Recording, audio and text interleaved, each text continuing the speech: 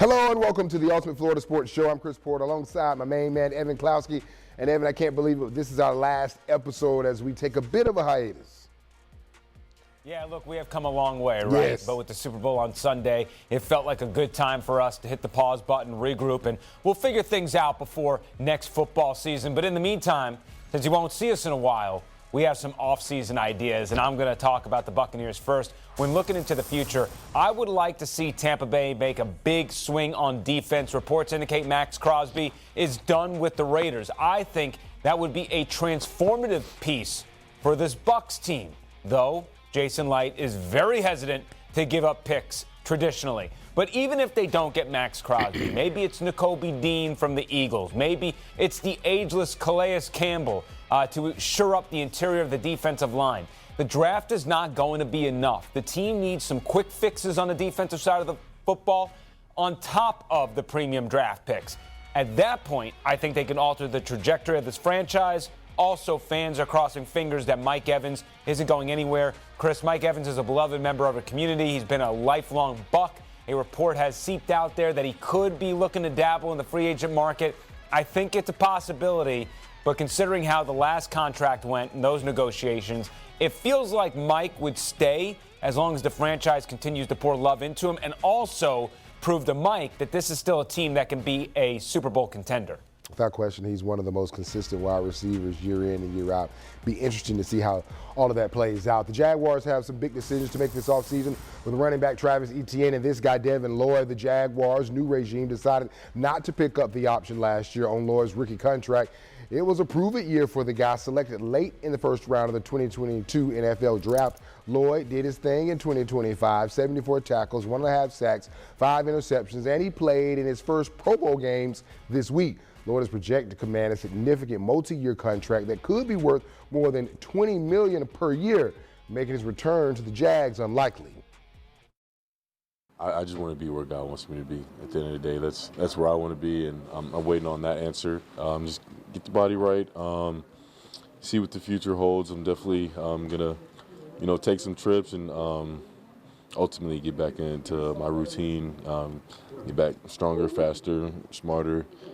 Same offseason grind.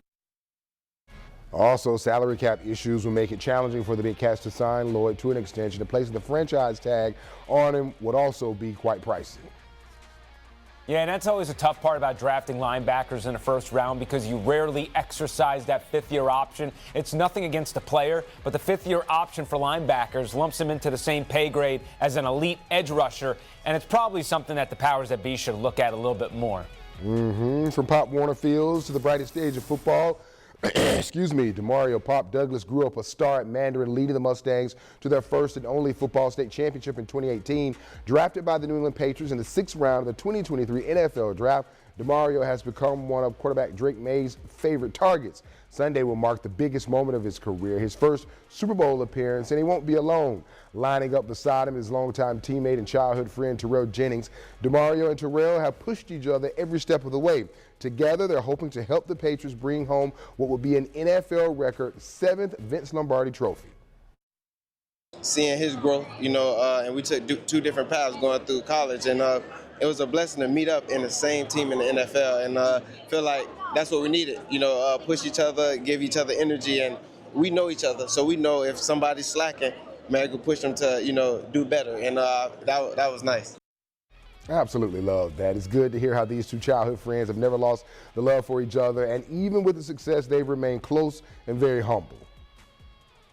So we talked a lot about football. What about hockey in a football stadium? Many national pundits are saying it was the greatest outdoor hockey game in the history of the NHL. We had everything: an epic 4-goal comeback, nearly 80 shots on net, a shootout, a goalie fight, the Lightning looking like the Buccaneers, and John Cooper looking like a mafia boss. I mean, this outfit alone wins him the Jack Adams Award. Honestly, once we get past the championship moments and boat parades, this was one of the coolest sporting events I've been to in Tampa. It was just a great showcase to the country, the world, how much of a hockey city we are. Nearly 65,000 fans in the stands that day, and the players said it was a game they'll always remember. And, just to see how much the city of Tampa means to us and how much we mean to them, it's been awesome. And just being able to be a part of this is great. Just a lot of fun for us to play for them and to give them a show and share that experience together with them. On top of all the pomp and circumstance around the game, the team is something special. We'll see a ton of Lightning players in Milan for the Olympics as those are officially underway. And I think before this thing popped off, people were worried about the weather, and everything worked out just fine. And now look at you, my man. Yes, Both of us dealing with colds. Yes. The Florida Gators reminded everyone why they are the defending national champs, dominating Alabama 177 last week. Plenty of players impressed in the win, but arguably no one more than forward Alex Condon. Todd Golden says he's one of the best front court players in the country, and he proved that against the Crimson Tide, putting up a game-high 25 points while also adding 7 rebounds, 6 assists, 2 steals, and 2 blocks. The standout game came just a week after Condon struggled offensively against Auburn with just the 1 point, 4 turnovers, and 3 offensive rebounds. That's a hell of a ball game, man. I'm not sure, you can ask for anything more out of him. And, I thought he was aggressive. I thought he was decisive and played with great physicality. He looked like a first-team All-American. Because of our expectation early in the year, anytime something negative happens, whether it's a loss or somebody doesn't play well or doesn't shoot well, that's going to be the focal point. And so we talked to Alex about, hey, listen, you've been awesome all year. Don't let one game affect your mentality. The Gators have one of the best front courts in college basketball, and like we saw last year, Golden Squad appears to be primed and ready for another deep postseason run. Oh, yeah, I'm optimistic about that squad. As for the Tampa Bay Rays, for the millionth time in franchise history, we have renderings of a new ballpark. Now, I say that tongue-in-cheek because this is the first time we have gotten renderings from the new ownership group, and that is an important distinction. But the park, as we know, would sit next to Steinbrenner Field and across from Ray J. The ballpark would have a max capacity of 31,000 fans, which is small for an MLB stadium, but appropriate given what we have seen from the fan base in the past. While renderings are fun and we can all talk about that, it's going to come down to funding. Understandably, most of the focus has been on the ballpark and cost. However, the ballpark is the driver for a generational mixed-use development that will be funded with an overall $8 to $10 billion direct investment by the team. We are a long ways away from knowing how this saga will end. Until we understand how the private and public partnership is going to be financed with that stadium, it's tough to tell you if I'm optimistic or pessimistic moving forward. I will say it does help that Governor DeSantis is a fan of the project. That is something that has never happened before with the Rays, is having that sort of support from the governor. I just want y'all to get it done. The stadium thing has been so dramatic over the last several months. Let's just get it done. Let's talk college football. Florida State offensive coordinator Gus Malzahn announced his retirement after 35 years in coaching. Malzahn helped lead one of the nation's most explosive offenses in 2025. Former Seminole, our insider James Coleman, and I discuss Malzahn's future, his legacy, and the guy who's replacing him. James, your reaction to Malzahn retiring? It was kind of interesting timing. I mean, you would think that he's going to be there. He flirted with some head coaching jobs, but just him wanting to retire kind of threw everybody for a loop. We do know he stepped down from UCF, but we thought that combination and kind of get reinvigorated by your former mentee in Mike Norvell would have kind of made some things change. But honestly, where a lot of people are surprised, it's probably the best time because he retired right before college football dead period, which means he recruited all the way up until the end. Because you know this program better than anyone, could you really explain what Gus Malzahn, what made him such a great offensive mind? Well, he's done it at every different level. He's done it as a high school head coach. He's done it as an offensive coordinator, winning a national championship. He's done it as a head coach, kind of revamping things. And his offense is just so much difficult to try to be able to stop. It's going to be able to give you a dynamic running game, an explosive vertical passing game. It's not traditional to other people's until you get the adjustments. But it is very dependent upon a quarterback being able to attack the middle of the field and keeping a defense honest. So that's kind of where you could get the excitement, and that's why you can see him take quarterbacks that a lot of people might not necessarily love or be in love with and make them functional to be able to win games. Obviously, he had one of the greatest college football performances as an offensive coordinator at Auburn with Cam Newton, but he also, in his first year at Auburn, took them to the national championship with a quarterback that most of us probably don't even really remember his name. Nick Marshall. I like what he was doing, but he probably needed more time, but I know Florida State fan base is tired of the losing. Without question, Gus Malzahn, when he has a mobile quarterback, boy, that offense is one of the most difficult and challenging to try and stop. Let's talk about the guy who Norvell is promoting, Tim Harris Jr. What can you tell us about him? I mean, he's a Miami legend through his dad. Played at U, him and his brother. Brother's at Florida. He's at Florida State. His dad is one of the best high school coaches in the state of Florida history. And also coaches in college, Tim Ice. He comes in, he gives you that energy, and he's able to be able to be a little bit more relatable. But he's also now got a little bit more of his hooks in the offense. So he's going to be able to recruit exactly what he wants. And you should see the wide receiver room be able to exponentially get better based upon what you're going to have with this. Mike Norvell is going to probably go right back over there, talk to the quarterbacks, control the vision and what he wants to see with that. And then Little Tim has just got to be able to make sure his guys are going to be in position to be able to make plays. And he's got some guys that came back that will be able to make plays. Keep it simple, stupid. Here's what Norvell's got to do. He better win this fall, period. He really does. He is on the hottest of hot seats. Well, the Stadium Series provided much more to Tampa than just a hockey game. How the Bolts and NHL gave back to the community in our Heart of the Game segment. Plus, in the ultimate rush, how Nikita Kucherov is proving once again he is one of the greatest players in NHL history.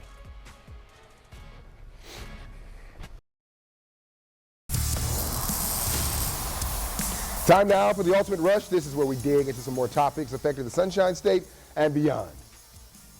The only catch is we have 60 seconds to make our point, and I'm going to start us off with Nikita Kucherov.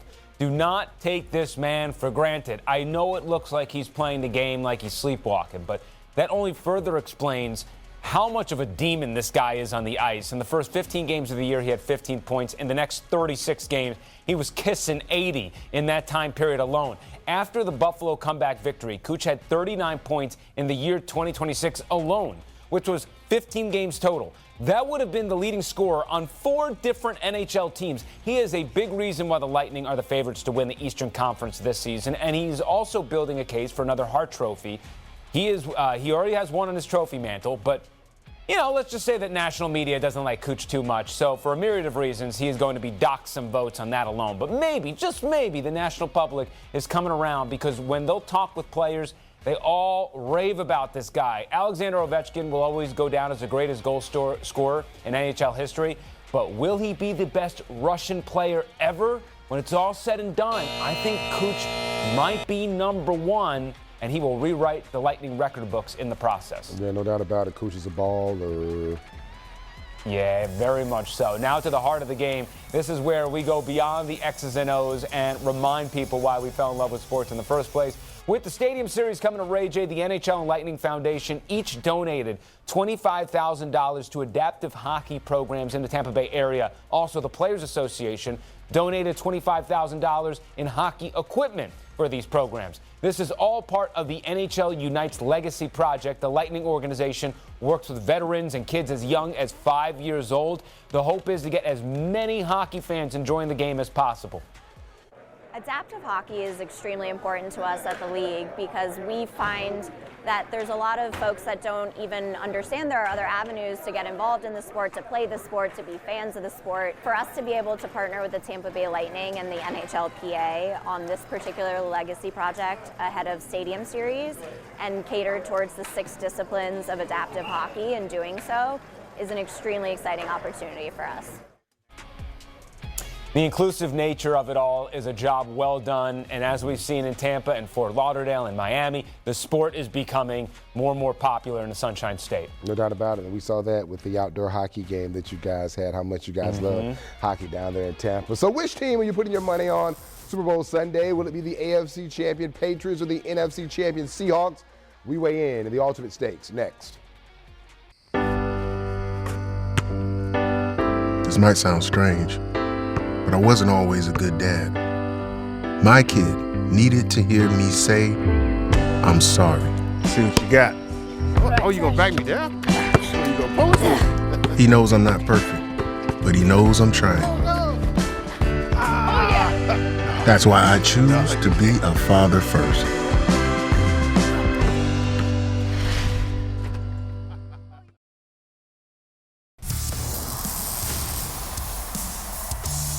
We are back for the Ultimate Stakes segment. This is where we take a look at the odds via the Hard Rock betting app and give you our thoughts on teams, games. It all depends on the week. And this week, it's obvious, Chris. Yeah, just a reminder, this is for entertainment purposes only, so don't come after us. We're obviously talking about the Super Bowl here, my friend. At the time of the show's recording, the Seahawks were 4.5-point favorites to win Super Bowl 60. Seattle, without question, has an outstanding defense and an explosive offense. Before the playoffs started, I questioned whether or not the Patriots were for real, considering their easy schedule. But now I'm riding with the Pats, beating the Chargers in the wild card, then on to beat one of the best defenses in the divisional round when they knocked off the Houston Texans, and that success carried over to the conference championship. The Denver defense wasn't bad at all. With all of that said, I'm riding with Drake May and the Pats. Yeah, I don't know if I'm with you here. I'm going to go with the cliche answer and tell you that I'm going to be rocking with the Seahawks. And I'm not so much concerned about the strength of schedule with the Patriots, just more so that this is going to be a really tough spot for a second-year quarterback. I do think of Dan Marino back in the day. But before I get into all that, let me first talk about my favorite bet of the game, and that's the under in the first half at 22.5. Both of these teams have two of the best defenses in the league, so you know neither offense wants to make a costly mistake to give the opposing offense great field position. I see a conservative start from both teams, seeing who blinks first, but I have this first half at like 10-7 or 13-7 Seahawks. I think it's going to be a slog of a game, but throughout the second half, the Seahawks will just chip away and pull away, winning 24-16. I will say, to your point, Chris, if the Patriots are going to pull this off, the X factor, the interior of that defensive line, because I think they can pop off against what the Seahawks' interior offensive line is. I feel like every time I've had the opportunity to watch Drake May on television, he's always done something, whether it's his accuracy or using his legs as he did in the win over the Denver Broncos to get the Patriots to the win. So I'm just confident the second-year guy is going to get it done. We'll see. All right, the heart of a champion, Terrell Jennings had to overcome being homeless multiple times while in high school at Mandarin. And the last word, why what he's doing off the field makes him a true champion.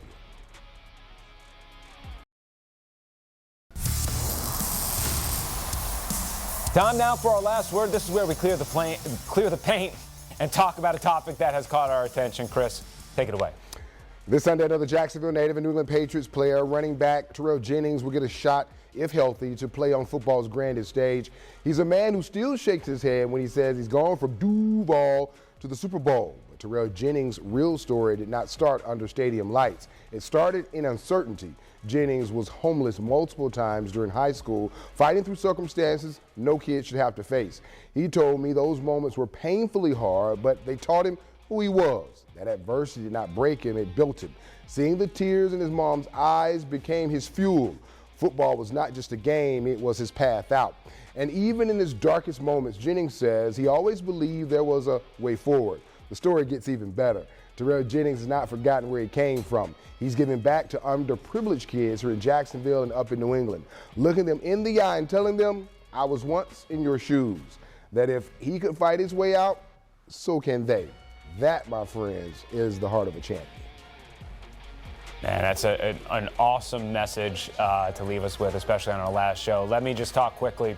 Look, the Rams and Niners are playing in Australia next season for the first time ever. I think international games are great for the sport in terms of exposure.